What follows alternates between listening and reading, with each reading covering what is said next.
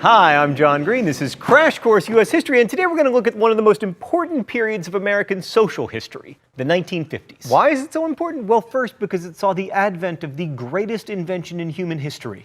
Television. Mr. Green, I like TV. By the way, you're from the future. How does the X-Files end? Are there aliens or no aliens? No spoilers, me from the past. You're gonna have to go to college and watch the X-Files get terrible just like I did. No, it's mostly important because of the civil rights movement. We're gonna talk about some of the heroic figures like Martin Luther King and Rosa Parks, but much of the real story is about the thousands of people you've never heard of who fought to make America more inclusive. But before we look at the various changes that the civil rights movement was pushing for, we should spend a little time looking at the society that they were trying to change. The 1950s has been called a period of consensus, and I suppose it was, at least for the white males who wrote about it, and who all agreed that the 1950s were fantastic for white males. Consensus culture was caused first by the Cold War. People were hesitant to criticize the United States for fear of being branded a communist, and second, by affluence. Increasing prosperity meant that more people didn't have as much to be critical of. And this widespread affluence was something new in the United States. Between 1946 and 1960, Americans experienced a period of economic expansion that saw standards of living rise and gross national product more than double. And unlike many previous American economic expansions, much of the growing prosperity in the 50s was shared by ordinary working people who saw their wages rise. To quote our old friend Eric Foner, by 1960, an estimated 60% of Americans enjoyed what the government defined as a middle-class standard of living. And this meant that an increasing number of Americans had access to things like television and air conditioning and dishwashers and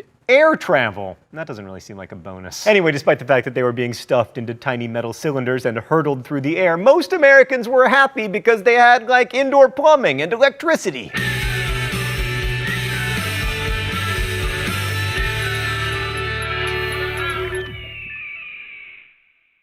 The 1950s was the era of suburbanization. The number of homes in the United States doubled during the decade, which had the pleasant side effect of creating lots of construction jobs. The classic example of suburbanization was Levittown in New York, where 10,000 almost identical homes were built and became home to 40,000 people almost overnight. And living further from the city meant that more Americans needed cars, which was good news for Detroit, where cars were being churned out with the expectation that Americans would replace them every 2 years. By 1960, 80% of Americans owned at least one car, and 14% had two or more. And car culture changed the way that Americans lived and shopped. I mean, it gave us shopping malls and drive-through restaurants and the backseat makeout session. I mean, high school me didn't get the backseat makeout session, but other people did. I did get the Burger King drive-through, though.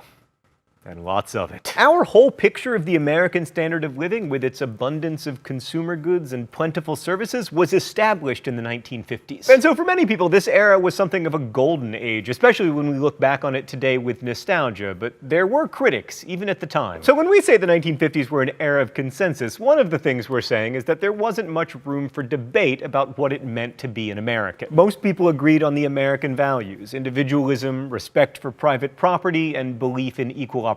The key problem was that we believed in equal opportunity but didn't actually provide it. But some people were concerned that the cookie-cutter vision of the good life and the celebration of the middle-class lifestyle was displacing other conceptions of citizenship. Like the sociologist C. Wright Mills described a combination of military, corporate, and political leaders as a power elite whose control over government and the economy was such as to make democracy an afterthought. In The Lonely Crowd, sociologist David Reisman criticized Americans for being conformist and lacking the rich inner life necessary to be truly independent. And John Kenneth Galbraith questioned an affluent society that would pay for new cars and new missiles, but not for new schools. And we can't mention the 1950s without discussing teenagers, since this was the decade that gave us rock and roll and rock stars like Bill Haley and the Comets, Buddy Holly and the Crickets, and Elvis Presley and his hips. So you might have noticed something about all those critics of the 1950s that I just mentioned. They were all white dudes. Now, we're going to be talking about women in the 1950s and 1960s next week, because their liberation movement began a bit later. But what most people call the civil rights movement really did begin in the 50s. While the 1950s were something of a golden age for many blue and white collar workers, it was hardly a period of expanding opportunities for African Americans. Rigid segregation was the rule throughout the country, especially in housing, but also in jobs and in employment. In the South, public accommodations were segregated by law, while in the North, it was usually happening by custom or de facto segregation. To give just one example, the new suburban neighborhoods that sprang up in the the 1950s were almost completely white, and this remained true for decades. According to Eric Foner, as late as the 1990s, nearly 90% of suburban whites lived in communities with non-white populations less than 1%. And it wasn't just housing. In the 1950s, half of black families lived in poverty. When they were able to get union jobs, black workers had less seniority than their white counterparts, so their employment was less stable. And their educational opportunities were severely limited by substandard segregated schools. Now, you might think the civil rights movement began with Rosa Parks and the Montgomery bus boycott, or else Brown versus Board of Education, but it really started during World War II, with efforts like those of A. Philip Randolph and the soldiers taking part in the Double V Crusade. But even before that, black Americans had been fighting for civil rights. It's just that in the 1950s, they started to win. So desegregating schools was a key goal of the civil rights movement, and it started in California in 1946. In the case of Mendez versus Westminster, the California Supreme Court ruled that Orange County, of all places, had to desegregate their schools. They'd been discriminating against Latinos. And then California's governor, Earl Warren, signed an order that repealed all school segregation in the state.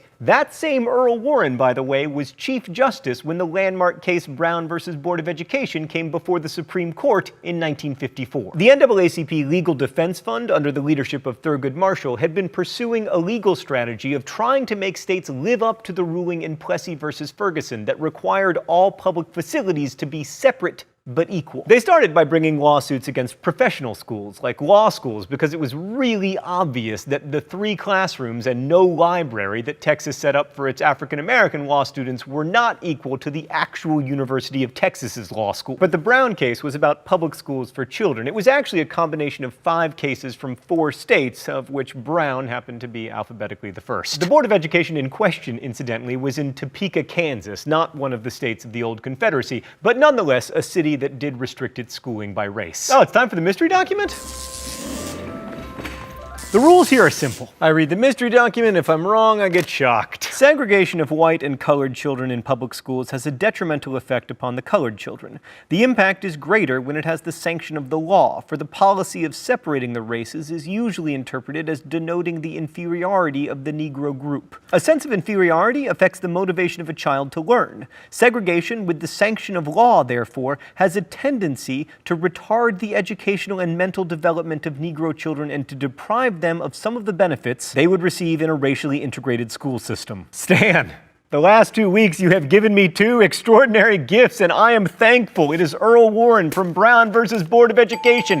Huzzah! Justice Warren is actually quoting from sociological research there that shows that segregation itself is psychologically damaging to black children because they recognize that being separated out is a badge of inferiority. All right, let's go to the thought bubble. The Brown decision was a watershed, but it didn't lead to massive, immediate desegregation of the nation's public schools. In fact, it spawned what came to be known as massive resistance in the South. The resistance got so massive, in fact, that a number of counties, rather than integrate their schools, closed them. Prince Edward County in Virginia, for instance, closed its schools in 1959 and didn't reopen them again until 1964. Except they didn't really close them because many states appropriated funds to pay for white students to attend, quote, private academies. Some states got so into the resistance that they began to fly the Confederate battle flag over their state capitol buildings. Yes, I'm looking at you, Alabama and South Carolina. On December 1st, 1955, Rosa Parks refused to move to the back of a bus in Montgomery, Alabama, and got arrested, kicking off the Montgomery bus boycott that lasted almost a year. A lot of people think that Rosa Parks was simply an average African-American working woman who was tired and fed up with segregation, but the truth is more complicated. Parks had been active in politics since the 1930s and had protested the notorious Scottsboro Boys case. She'd served as secretary for the NAACP, and she had begun her quest to register to vote in Alabama in 1943. She failed a literacy test 3 times before becoming one of the very few black people registered to vote in the state. And in 1954, she attended a training session for political activists and met other civil rights radicals. So Rosa Parks was an active participant in the fight for black civil rights long before she sat on that bus. The bus boycott also thrust into prominence a young pastor from Atlanta, the 26-year-old Martin Luther King Jr. He helped to organize the boycott from his Baptist church, which reminds us that black churches played a pivotal role in the civil rights movement. That boycott would go on to last for 381 days, and in the end, the city of Montgomery relented. Thanks, Thought Bubble. So that was, of course, only the beginning for Martin Luther King, who achieved his greatest triumphs in the 1960s. After Montgomery, he was instrumental in forming the Southern Christian Leadership Conference, a coalition of black civil rights and church leaders who pushed for integration, and they needed to fight hard, especially in the face of massive resistance and an Eisenhower administration that was lukewarm at best about civil rights. But I suppose Eisenhower did stick up for civil rights when forced to, as when Arkansas Governor Orville Faubus used the National Guard to prevent the integration of Little Rock Central High School by 9 black students in 1957. Eisenhower was like, as the guy who invaded Normandy, I don't think that's the best use for the National Guard. So Eisenhower sent the 101st Airborne Division, not the entirety of it, but some of it, to Little Rock, Arkansas to walk kids to school, which they did for a year. After that, Faubus closed the schools, but at least the federal government showed that it wouldn't allow states to ignore court orders about the Constitution. In your face, John C. Calhoun! Despite the court decision and the dispatching of federal troops, by the end of the 1950s, fewer than 2% of black students attended integrated schools in the South. So the modern movement for civil rights had begun, but it was clear that there was still a lot of work to do. But the emergence of the civil rights movement shows us that the picture of consensus in the 1950s is not quite as clear-cut as its proponents would have us believe. Yes, there was widespread affluence, particularly among white people, and criticism of the government and America generally was stifled by the fear of appearing to sympathize with communism. But there was also widespread systemic inequality and poverty in the decade that shows just how far away we were from living the ideal of equal opportunity. That we have made real progress, and we have, is a credit to the voices of protest. Next week, we'll see how women, Latinos, and gay people added their voices to the protests and look at what they were and were not able to change in the 1960s. Thanks for watching. I'll see you then. Crash Course is made with the help of all of these nice people, and it's possible because of your support through Subbable.com. Subbable is a voluntary subscription service that allows you to subscribe to Crash Course at the price of your choosing, including $0 a month. But hopefully more than that. There are also great perks that you can get, like signed posters, so if you like and value Crash Course, help us keep it free for everyone forever by subscribing now at Subbable. You can just click on my face. Now my face moved, but you can still click on it. Thanks again for watching Crash Course, and as we say in my hometown, don't forget to be awesome.